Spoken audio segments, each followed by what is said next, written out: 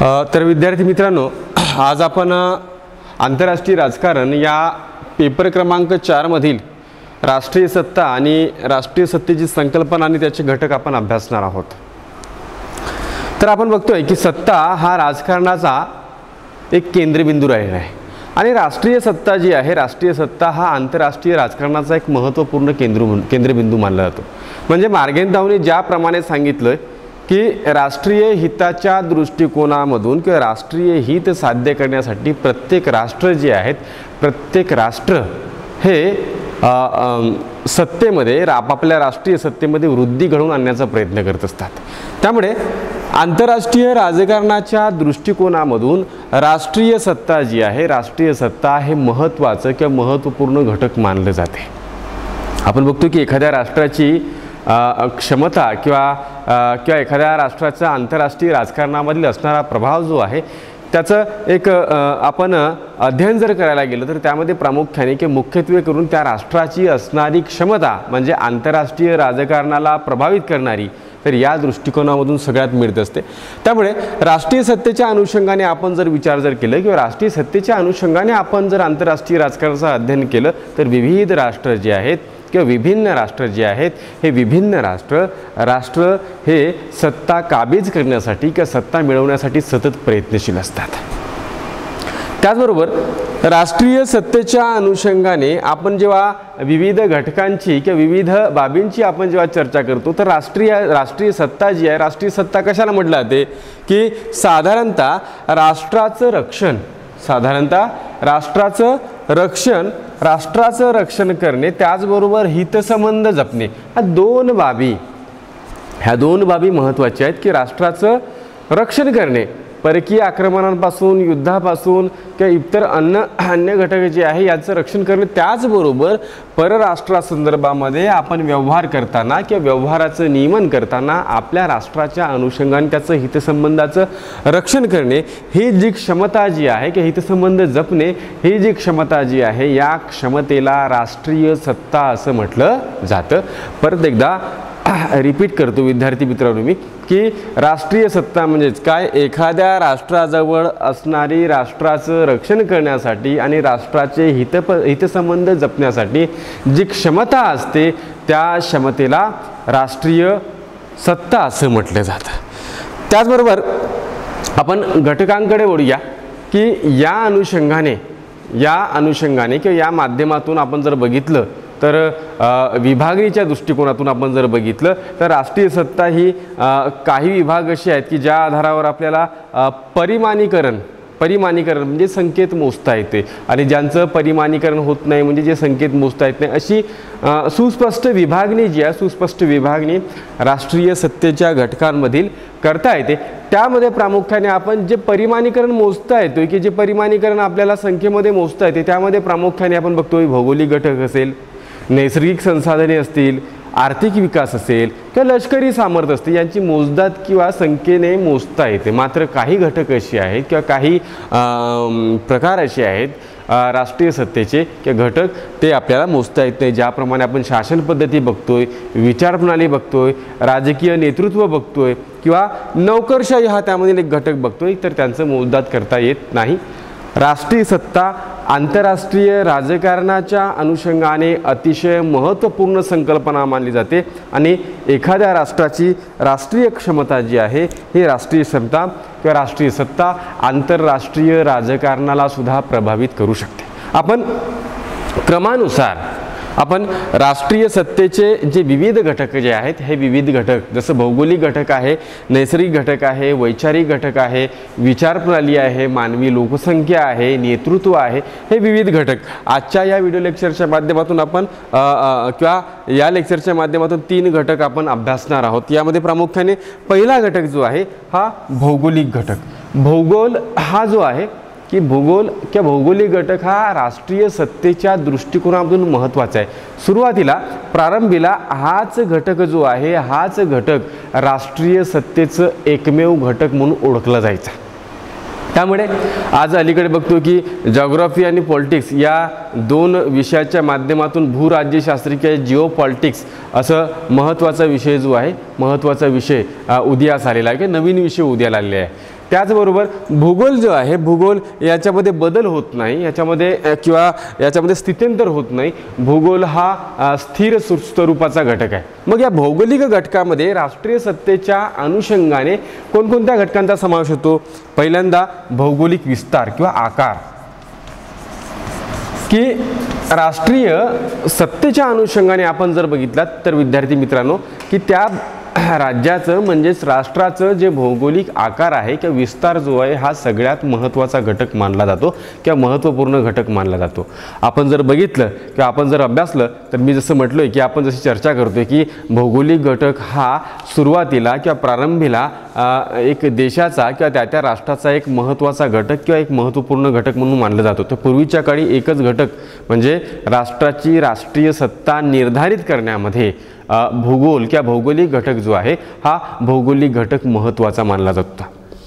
मग त्या अनुषंगाने आपण जर चर्चा केली किंवा त्या अनुषंगाने आपण जर बघितलं तर देशाचा भूगोल म्हणजे एखाद्या देशाचा भूगोल किंवा एखाद्या राज्याचा किंवा एखाद्या राष्ट्राचा भूगोल हा फार मोठा विस्तारलेला असेल तर त्या राष्ट्रावर किंवा राज्यावर किंवा त्या देशावर सहजासहजी आक्रमण जे आहेत शत्रू राष्ट्र करू शकत नाही किंवा तो त्या राष्ट्राचा ताबा जो आहे इतर राष्ट्र सहजासहजी घेऊ शकत नाही. रशिया बघा, चीन बघा, कॅनडा बघा, यासारखी मोठमोठी देश जे आहेत, मोठमोठी देश हे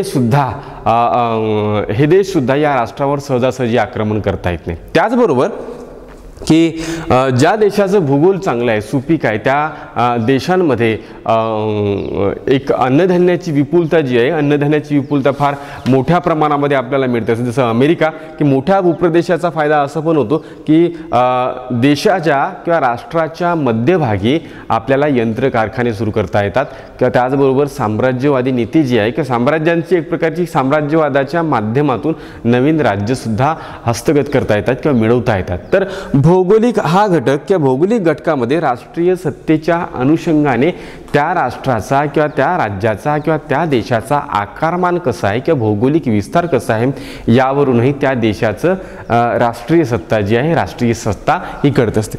नंतर स्थिती, की जसं भौगोलिक घटकामध्ये आकारमान महत्त्वाचा आहे, आकार महत्त्वाचा घटक आहे किंवा भौगोलिक विस्तार महत्त्वाचा घटक आहे, त्याचबरोबर त्याचं लोकेशन, त्या राष्ट्राचं लोकेशन कुठं आहे किंवा स्थिती कशी आहे हे महत्त्वाचं आहे. म्हणजे एखादा राष्ट्र बघा, आपण पहिल्या महायुद्ध द्वितीय महायुद्धाचा अध्ययन केलेला असाल किंवा अभ्यासलेला असाल की पहिल्या महायुद्धामध्ये किंवा द्वितीय महायुद्धामध्ये अमेरिका हे अटलांटिक महासागर किंवा युरोपीय खंडांपासून विलग असल्यामुळे आणि शक्तिशाली राष्ट्र नसल्यामुळे फारसी त्याला द्वितीय महायुद्धामध्ये किंमत मोजावी लागली नाही, बरोबर. तर स्थिती जी आहे किंवा ब्रिटन आणि जपान या देशांचं जागतिक राजकारणावर जो परिणाम जो आहे किंवा प्रभाव जो आहे हा प्रभाव का दिसतो त्यांच्या असणाऱ्या लोकेशनमुळे किंवा स्थितीमुळे. त्यामुळे त्या राष्ट्राची स्थिती जी आहे, लोकेशनसुद्धा जो आहे हा राष्ट्रीय सत्तेच्या अनुषंगाने महत्त्वाचा घटक मानला जातो. त्यानंतर तिसरा घटक जो आहे, तिसरं हवामान, की त्या राष्ट्राचं किंवा त्या राज्याचं हवामान जे आहे, हवामान कशा प्रकारचं आहे. समशीतोष्ण म्हणजे जनरली प्रगतीच्या अनुषंगाने किंवा विकासाच्या अनुषंगाने ते वातावरण जे आहे, वातावरण कसं असायला पाहिजे, समशीतोष्ण असायला पाहिजे. म्हणजे एखाद्या राज्यामधलं वातावरण एकदम शीत प्रकारचं पण नको किंवा थंड प्रकारचं नको किंवा एका प्रकारचा उष्ण पण प्रकारचा नको. कारण उष्ण प्रकारचा जर वातावरण जर असेल किंवा हवामान जर असेल तर त्यांच्या श्रमशक्तीवर मर्यादा येणार आणि शीत जर प्रमाणाचं वातावरण जर असेल तर त्या राष्ट्राचं प्रगती जी आहे किंवा विकास जो आहे हा विकास हा खुंटण्याची जास्तीत जास्त शक्यता असते. त्यामुळे हवामानाचा हा राष्ट्राच्या शक्तीवर किंवा राष्ट्रीय सत्तेवर त्याचा परिणाम जो आहे हा परिणाम होत असतो. त्यामुळे हवामान हा सुद्धा एक महत्त्वाचा घटक भौगोलिक घटकामध्ये राष्ट्रीय सत्तेच्या अनुषंगाने महत्त्वाचा मानला जातो. नंतर स्थलाकृती, की स्थलाकृती हा एक महत्त्वाचा घटक. म्हणजे आपण जर विचार जर केला की आपण जर अभ्यासलं की नैसर्गिक सीमा असलेल्या राष्ट्रास आक्रमणापासून सहज बचाव करता येतो किंवा सीमेवरील जी मोठमोठी पर्वत जी आहेत हे मोठमोठे पर्वत यांचं या माध्यमातून किंवा पर्वतांच्या माध्यमातून राष्ट्राचं संरक्षण जे आहे किंवा राज्याचं संरक्षण जे आहे हे चांगल्या प्रकारे होऊ शकते.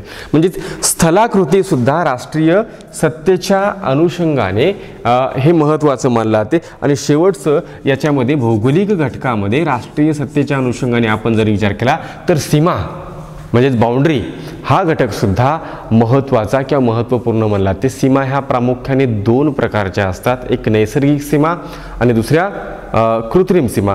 नैसर्गिक सीमा ज्यामध्ये प्रामुख्याने नद्या असतील, पर्वत असतील, या आधारावर पर्वताच्या रांगा, नद्या इत्यादीद्वारे ज्या सीमा निर्धारित ज्या केल्या जातात किंवा निश्चित केल्या जातात त्या सीमांना आपण नैसर्गिक सीमा म्हणतो. आणि ज्या सीमा वारंवार वेळोवेळी जे बदलतात अशा सीमांना कृत्रिम सीमा असं म्हटलं जातं. की आज आपण बघतो की ज्या कृत्रिम सीमा जर्मनी आणि फ्रान्सचं आपण उदाहरण जर गेलं तर यांच्या दोन राष्ट्रांमध्ये सीमा विवाद सुरू आहे, बाउंड्री डिस्प्यूट सुरू आहे. त्याचबरोबर भारत पाकिस्तान, भारत चीन किंवा जर्मनी ऑस्ट्रिया हे जी विविध जी राष्ट्र जी आहेत ह्या विविध राष्ट्रांमध्ये किंवा विविध देशांमध्ये आपण जर बघितलं तर सीमेच्या प्रश्नावरून की सीमेचे प्रश्न जे आहेत सीमेचे प्रश्न हे भेडसावताना आपल्याला दिसतात. तर राष्ट्रीय सत्तेच्या अनुषंगाने किंवा नॅशनल पॉवरच्या अनुषंगाने भौगोलिक हा जो घटक जो आहे हा भौगोलिक घटक महत्त्वाचा किंवा महत्त्वपूर्ण मानला जातो. त्याचबरोबर हा जसा भौगोलिक घटक राष्ट्रीय सत्तेच्या अनुषंगाने महत्त्वाचा आहे, त्याचबरोबर नैसर्गिक घटक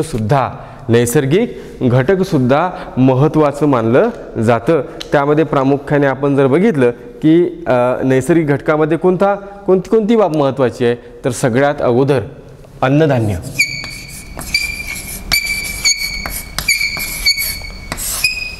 ज्या राष्ट्राचं अन्नधान्य जे आहे, अन्नधान्य फार मोठ्या प्रमाणामध्ये विपुल प्रमाणामध्ये ज्या राष्ट्रांकडे असते त्या राष्ट्रांचे अंतर्गत जे पेच प्रसंग जे आहेत किंवा अंतर्गत जनतेचे प्रश्न जे आहेत, जनतेचे प्रश्न हे सोडवू शकतात की जनतेचे ते मुख्यत्वेरित्या ज्या गरजा ज्या आहेत ह्या गरजा भागवणे सोयीस्कर होते. मात्र ज्या राष्ट्रांचं नॅचरल रिसोर्सेस म्हणजेच अन्नधान्य फार मोठ्या प्रमाणामध्ये किंवा विपुल प्रमाणामध्ये जर उपलब्ध होत नसेल तर त्या राष्ट्राला इतर राष्ट्राकडून त्याची गरज जी आहे, गरजांची पूर्तता करावी लागते. परिणामतः त्या राष्ट्रावर त्या इतर देशांचं जे वर्चस्व जे आहे किंवा नियंत्रण जे आहे किंवा प्रभुत्व जे आहे किंवा डॉमिनन्सी जी आहे, डॉमिनन्सी हे वाढू शकते.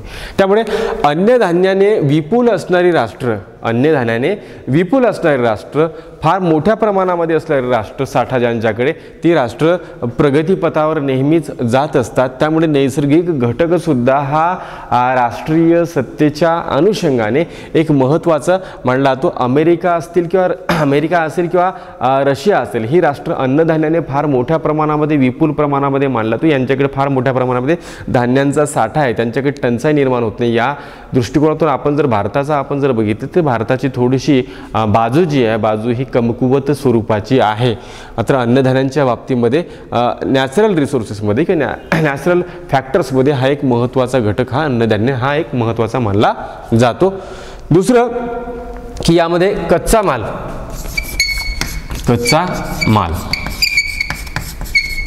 हा सुद्धा राष्ट्रीय सत्तेच्या अनुषंगाने एक महत्त्वाचा घटक किंवा महत्त्वपूर्ण घटक मानला जातो.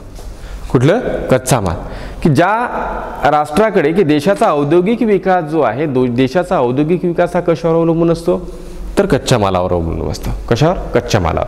त्यामुळे ज्या देशांकडे कच्चा माल फार मोठ्या प्रमाणामध्ये उपलब्ध आहे त्या देशाचं जे राष्ट्रीय सत्ता जी आहे किंवा राष्ट्रीय शक्ती जी आहे, राष्ट्रीय शक्तीमध्ये नेहमी भर पडत असते. कारण की कच्च्या मालाच्या आधारावर त्या देशाचा विकास किंवा प्रगती जी आहे, प्रगती ही होऊ शकते. अन्यथा कच्च्या मालाची विपुलता किंवा उपलब्धता फार मोठ्या प्रमाणामध्ये नसेल तर त्या राष्ट्राचा किंवा त्या देशाचा विकास जो आहे, हा विकास किंवा प्रगती जी आहे, प्रगती ही खुंटू शकते. त्यामुळे कच्च्या मालाची उपलब्धता असणं किंवा कच्चा माल अवेलेबल असणं हा राष्ट्रीय सत्तेच्या अनुषंगाने महत्त्वाचा मानला जातो. की ब्रिटनने आपण बघतो की अनेक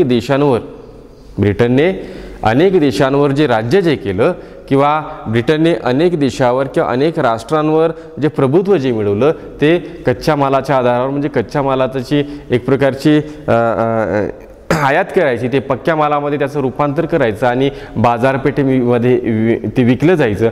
आणि त्यामुळे आर्थिक सधनता किंवा आर्थिक समृद्धी जी आहे, आर्थिक समृद्धी ही ब्रिटनच्या वाट्याला आली होती.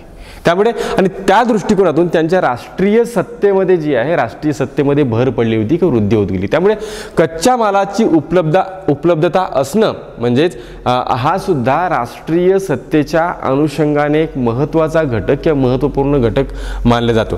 तर हा कच्च्या मालाच्या संदर्भात राष्ट्रीय सत्ता आपण नॅचरल रिसोर्सेसच्या संदर्भामध्ये राष्ट्रीय घटक आपण बघतोय किंवा नैसर्गिक घटक असं बघतोय. नंतर खनिज संपदा हा एक महत्त्वाचा घटक आहे याच्यामध्ये, की केवळ अन्नधान्यांची विपुलता असणे किंवा कच्च्या मालाची उपलब्धता असणे हाच एक भाग जो आहे, हाच एक भाग केवळ राष्ट्रीय सत्तेमध्ये वाढ करतो किंवा राष्ट्रीय सत्तेच्या अनुषंगाने त्याची वृद्धी होते असं होत नाही. त्याचबरोबर नॅचरल फॅक्टर्समध्ये किंवा एलिमेंट्समध्ये खनिज संपदा जी आहे, खनिज संपदा हा सुद्धा महत्त्वाचा घटक जो आहे, महत्त्वाची बाब किंवा महत्त्वपूर्ण बाब मानली जाते. म्हणजे राष्ट्राच्या सामर्थ्यामध्ये वाढ घडवून आणण्यासाठी किंवा ते वृद्धी करण्यासाठी खनिज संपदेची आवश्यकता जी आहे, खनिज संपदेची आवश्यकता फार मोठ्या प्रमाणामध्ये असते. त्याच्यामध्ये मग युरेनियम असेल, पेट्रोल असेल, त्याचबरोबर कोळसा असेल, धातू असेल, अधातू असेल किंवा नैसर्गिक जे रिसोर्सेस जे आहेत हे नैसर्गिक रिसोर्सेस असतील किंवा नैसर्गिक आपण वायू म्हणूया, या घटकांची उपलब्धता असणं हे सगळ्यात महत्त्वाची किंवा महत्त्वपूर्ण बाब मानली जाते. त्यामुळे नॅचरल एलिमेंट्समध्ये ज्या प्रमाणामध्ये अन्नधान्याची विपुलता फार मोठ्या प्रमाणामध्ये आवश्यक आहे किंवा कच्च्या मालाची उपलब्धता असणं फार चांगली बाब आहे किंवा खनिज संपदा असणं सुद्धा तेवढीच महत्त्वाची बाब आहे. तर नैसर्गिक घटक ह्या 3 घटकांच्या आधारावर आपल्याला सांगता येते अन्नधान्यांच्या संदर्भामध्ये, कच्च्या मालाच्या संदर्भामध्ये आणि खनिज संपदाच्या संदर्भामध्ये, तर राष्ट्रीय सत्तेमध्ये वृद्धी होऊ शकते.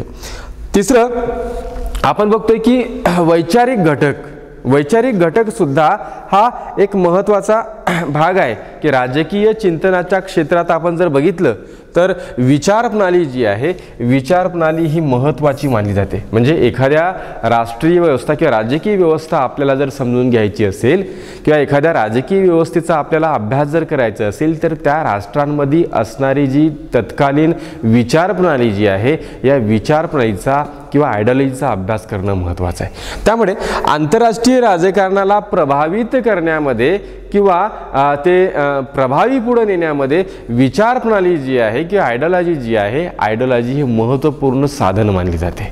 मग आपण प्रत्येक राष्ट्राची आयडियॉलॉजी बघतो किंवा राजकीय व्यवस्था आपण बघतो की राजकीय व्यवस्थेमध्ये प्रत्येक देशाची, प्रत्येक राष्ट्राची आयडियॉलॉजी कदाचित हे थोड्याशा विभिन्न स्वरूपाची किंवा भिन्न स्वरूपाची असते. म्हणून आयडियॉलॉजी राष्ट्रीय सत्तेच्या अनुषंगाने हा एक महत्त्वाचा घटक मानला जातो, की राष्ट्रीय सत्तेच्या दृष्टिकोनामध्ये आपण जर बघितलं तर 20व्या शतकामध्ये विचार प्रणालीला आपण महत्त्वाचं स्थान प्राप्त झालं आहे किंवा विचार प्रणाली हे महत्त्वाचं घटक मानलं जातं. पण प्रामुख्याने आपण विचार प्रणालीचे प्रकार जर बघितले तर काही प्रकार, की पहिला प्रकार जो आहे यथास्थिती विचार प्रणाली, स्टॅटस को ज्याला म्हणतात, यथास्थिती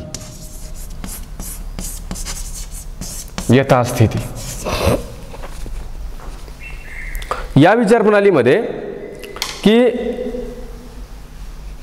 जैसे थे म्हणजे जसं आहे त्याप्रमाणे असं ठेवलं जावं, की जसं त्याचं समर्थन जे आहे समर्थन हे केलं जावं. जैसे थे म्हणजे ठेविली अनंत तैशीची राहावे असं जर आपण म्हणतोय किंवा हिमनजी आहे, तर त्याप्रमाणे जैसे ते जी परिस्थिती आहे त्या परिस्थितीमध्ये फारसं बदल किंवा फारसं परिवर्तन जे आहे परिवर्तन केलं जात नाही. तसेच कोणत्याही स्वरूपाचं आपण परिवर्तन जर म्हटलं तर परिवर्तन त्याच्यामध्ये केलं जात नाही. यथास्थितीचे समर्थन करणारे जे राष्ट्र जे आहेत, राष्ट्र कोणत्याही प्रकारच्या विचार प्रणालीचं आवरण जे आहे आवरण हे दिलं जात नाही. यथास्थिती म्हणजे आहे ती परिस्थिती स्वीकारणे, आहे ते परिस्थिती स्वीकारणे किंवा आहे ते परिस्थिती स्वीकारण्यापेक्षा त्याचं समर्थन करणं हा एक महत्त्वपूर्ण प्रकार जो आहे, हा महत्त्वपूर्ण प्रकार वैचारिक घटकामध्ये मोडते. नंतर दुसरं साम्राज्यवादी विचार प्रणाली, साम्राज्यवादी विचार प्रणाली.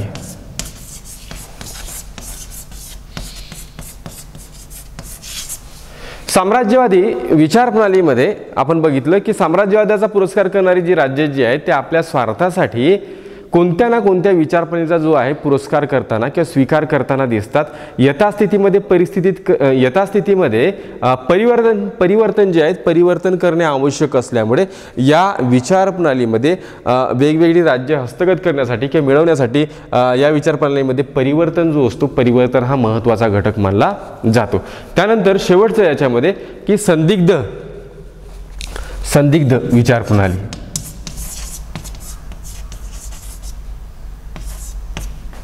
संदिग्ध विचार प्रणाली तर विचारप्रणालीच्या प्रकारामध्ये की साम्राज्यवादी विचार यथास्थिती म्हणजे आहे त्या परिस्थितीचं समर्थन करणं, दुसरं साम्राज्यवादीमध्ये परिवर्तन करणं म्हणजे या यथास्थितीमध्ये परिवर्तन न करणं, आहे त्या प्राप्त परिस्थितीचं की त्या गोष्टीचं समर्थन करणं आणि साम्राज्यवादी विचारप्रणालीमध्ये केवळ परिवर्तन करणं. संदिग्ध म्हणजे संदिग्ध विचारप्रणाली किंवा अनिश्चितता जी आहे, अनिश्चितता या प्रकारामध्ये आपण जर बघितलं तर या प्रकारामध्ये दोन्ही प्रकारच्या विचारप्रणालीचा म्हणजे यथास्थिती आणि साम्राज्यवादी ह्या दोन्ही प्रकारच्या विचारप्रणालीचा अंतर्भाव जो आहे, अंतर्भाव किंवा समावेशन जो आहे, समावेशन याच्यामध्ये केला जातो. यात हे स्पष्ट नसते की यथास्थिती योग्य आहे की साम्राज्यवादी विचारप्रणाली योग्य आहे.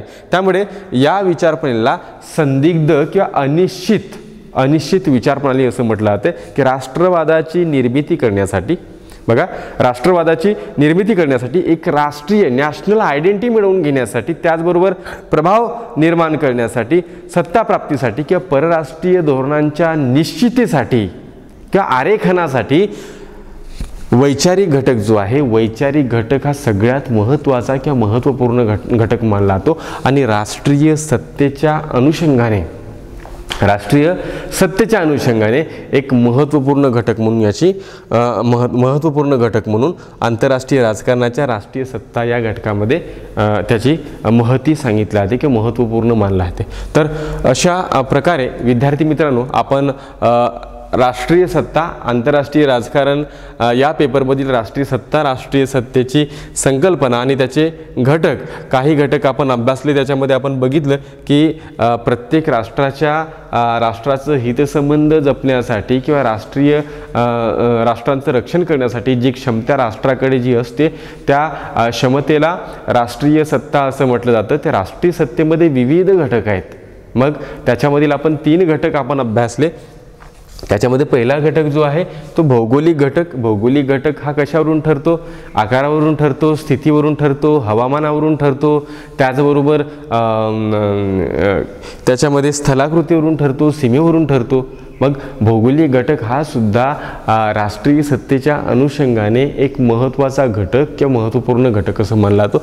त्याचबरोबर नॅचरल एलिमेंट्स जे आहेत म्हणजे नैसर्गिक घटकसुद्धा महत्त्वाचं, म्हणजे की अन्नधान्य असेल, त्याच्यामधील कच्च्या मालाची उपलब्धता असेल, खनिज संपदा असेल, या दृष्टीने आपण सुद्धा बघितलं. आणि त्याचबरोबर वैचारिक घटक जे आहे, यथास्थिती विचारप्रणाली आणि साम्राज्यवादी विचारप्रणाली आणि संदिग्ध विचारप्रणाली, हे 3 जे प्रकार जे आहेत, हे प्रकार राष्ट्रवादाची निर्मिती करण्यासाठी किंवा एक नॅशनल आयडेंटिटी निर्मितीसाठी किंवा परराष्ट्रीय धोरणाचं आरेखन किंवा निश्चिती करण्यासाठी प्रत्येक राष्ट्राला विचारधारेची म्हणजेच तत्त्वप्रणालीची गरज जी आहे किंवा आवश्यकता जी आहे भासते.